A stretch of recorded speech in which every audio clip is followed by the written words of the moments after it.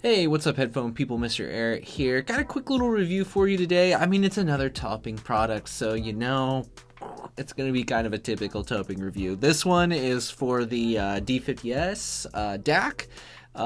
It's a nice little DAC. It's typical topping, so we'll get into what that means, but it probably means this is going to be a pretty quick review, right? So let's take a look at what you get with it, which is probably the standout feature of just like this DAC is rather than the sound, it's really probably like the build and the functionality, which is, I would say, kind of my typical review for topping products. So let's see what you get, and then we'll talk about the device and how it sounds and where it might fit into your system. So first of all, the box here, a little topping box. This is different than most of them that they come in, just because the A50 had a similar box, and this is the D50s, the kind of matching DAC for that.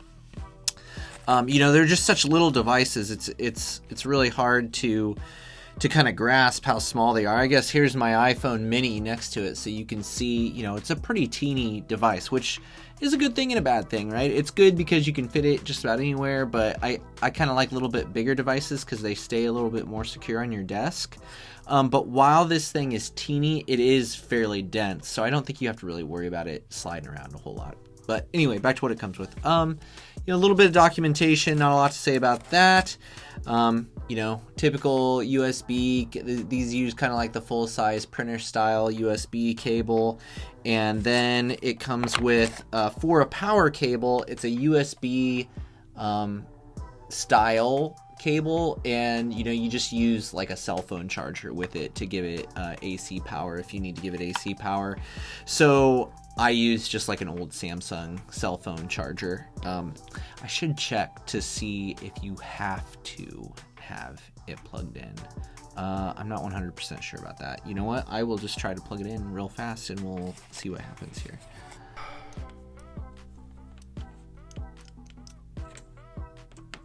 Okay, yes, you do need to have it plugged into like an AC charger.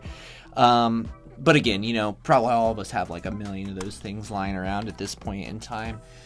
I mean, that's kind of frustrating for me because if a product requires it, like, why not just include, a little thing? It would cost them like a couple bucks to include it, but that's neither here or there. Okay, so that aside, the last thing of note that we should talk about is the remote. And, it's just a typical remote, right? Like pretty much all of these Chinese style DACs, they come with a remote like this. They're fine. It's a nice addition. I usually don't use them all that much, just because I usually have them like sitting really close to me. But if you're going to, use this as like a home theater device or something like that, then or for like a stereo setup, then it'd be super handy to have this. So nice addition. I appreciate it. Okay, let's look at the build of the actual device here. And, again, typical topping, which means it's a beautifully built device, right? Like everything feels just terrifically made and very tight machining, and just all the buttons and just every piece of the device just feels really solid and nice. It's got, a surprising amount of heft to it for its size. I'm just always super impressed with how well topping products are made. Lots and lots of functionality built into this device, right? I mean, as far as inputs and outputs go, it's pretty basic. I mean, you get RCA out, but then you get coax, optical, and USB in. And this one has Bluetooth. I think maybe the older D50s models didn't have Bluetooth. So yeah, this thing is pretty feature packed, and you can really, I mean, it's just a quite little versatile system. It does a bunch of decoding stuff. I don't think it has MQA, but outside of that, it has probably just about everything you'd probably want. I don't really stress about that stuff too much. I usually just use pretty basic like PCM things for myself. It does have a little display that will, give you volume reading, what your input is, what bit rate you're running at, and all of that stuff is in there. And then on the front here, right, you've got a power button, and then you've got just like this little toggle switch that you can use, for volume and input select, and it's also a button that you can push into. So it's a nice little addition. I think it makes controlling it fairly easy and intuitive. A lot of times I don't turn DACs off, but this is one that I did turn off because I used the Bluetooth function on it when I was using it, and my phone would just about instantly pair to this, even if I was trying to pair to something else like some wireless earbuds or something like that. So I did actually turn this one on and off quite a bit as I was using it. Now, what I was experimenting with is using this at my desk as maybe like a replacement for my XCan to use with like an actual streamer. Like I built a Raspberry Pi streamer, and maybe I'll do a video on that at some point here. And so this was to kind of experiment with that.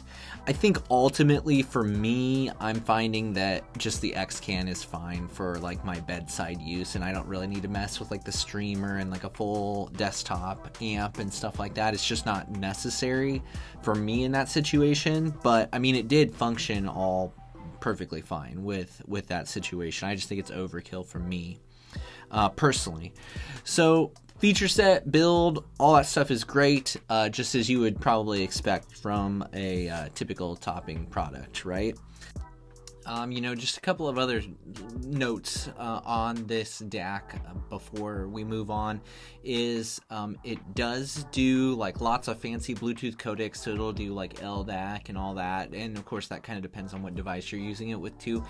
Also, it has the let me make sure I get this right. It has the Sabre. It's the Sabre chip in it, and it's the ES9038Q2M chip, if that matters to you.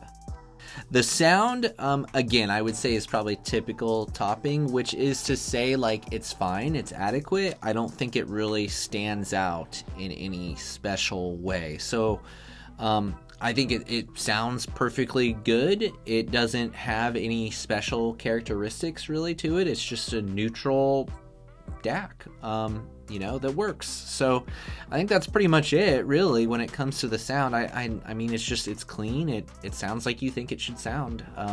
I wouldn't say it's colored in any specific way, or it has any major flaws, or it has any major pros over another DAC that's about this price range. So pricing, I bought mine for $125, I think, which to get a Bluetooth DAC of this quality is a really good price. So these guys, you can look for them on the used market. They're about $200 or $250 new, but there's some good deals on them out there used. And with that being said, I think that's pretty much it. Ultimately, I'm sending this one down the road just because, like I said, it didn't end up really fitting into my system. But I'm glad I tried it out, and it's a nice little DAC. So I think that's about it. Questions, comments, anything I missed, drop that down below and we can start a dialogue. Other than that, thanks for sticking around. I appreciate you watching as usual, and hopefully, I'll see you in the next video, which will probably be about some more headphone or audio gear. So thanks again, and I'll see you in the next one.